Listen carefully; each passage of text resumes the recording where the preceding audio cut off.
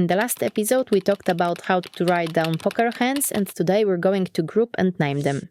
Let's start with calling a single card, either suited or offsuit, for example, suited aces. When we say that, we mean all starting hands that include one ace and another random card, so for example, ace-queen suited or ace-6 suited. There is also a subgroup called wheel aces, and these are combinations of aces that could make a straight with both cards, so it's ace-deuce, ace-3, ace-4 and ace-5. In most cases, these are a little bit better than, for example, ace-6 or ace-7, but it all depends on a specific situation. The next group of hands are connectors. These are combinations of two consecutive cards, like 9-8 or 6-5. When there is a gap between them, we call them gappers, and 9-7 is one gapper and 9-5 is a three-gapper. Pure connectors are much better than gappers, and this is because they have a higher possibility to make a straight. For example, 9-8 can flop 4 different straights: Queen Jack-10, Jack-10-7, 10-7-6 and 7-6-5. A three-gapper like 9-5 can do it only on 8-7-6, and even then it won't be the best possible hand, as if someone is holding 10-9, he would beat us with a higher straight.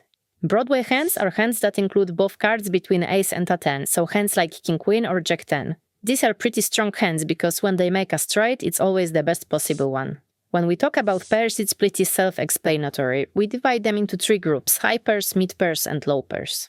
The rest of the hands are often referred to as trash hands, but it's not like they're always unplayable, as there are situations where we want to play every single possible hand. At the end, I want to mention some more popular slang names of starting hands. Some of them take them from resemblance of other objects. Deuces are ducks, 3s crabs, 4s sailboats, 8s snowmen and jacks fishhooks. Some are based on acronyms like ACES, American Airlines, or Ace-King, Anna Kournikova. There is also a group of hands that are references to poker players and their most memorable hands. Some of them are very old and some are brand new, so we can see that poker language is still evolving. The oldest one is an ace-8, that's called Dead Man's Hand. In 1876, Wild Bill Hickok was shot dead during a poker game holding these cards. He was probably playing 5-card stud or draw poker, and he was holding 2 pairs with 2 aces and 2 8s, but now as these variants are almost as dead as Bill, it evolved to ace-8 in Texas Hold'em.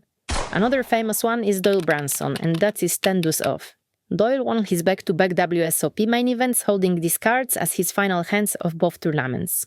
From the newer ones, it's worth to mention Jack 4 off, and that is called Robbi, after a very controversial hand on the Hustlers Casino Live when Robbi Jade Lew called all-in with just Jack high on the turn and was ahead of a combo draw.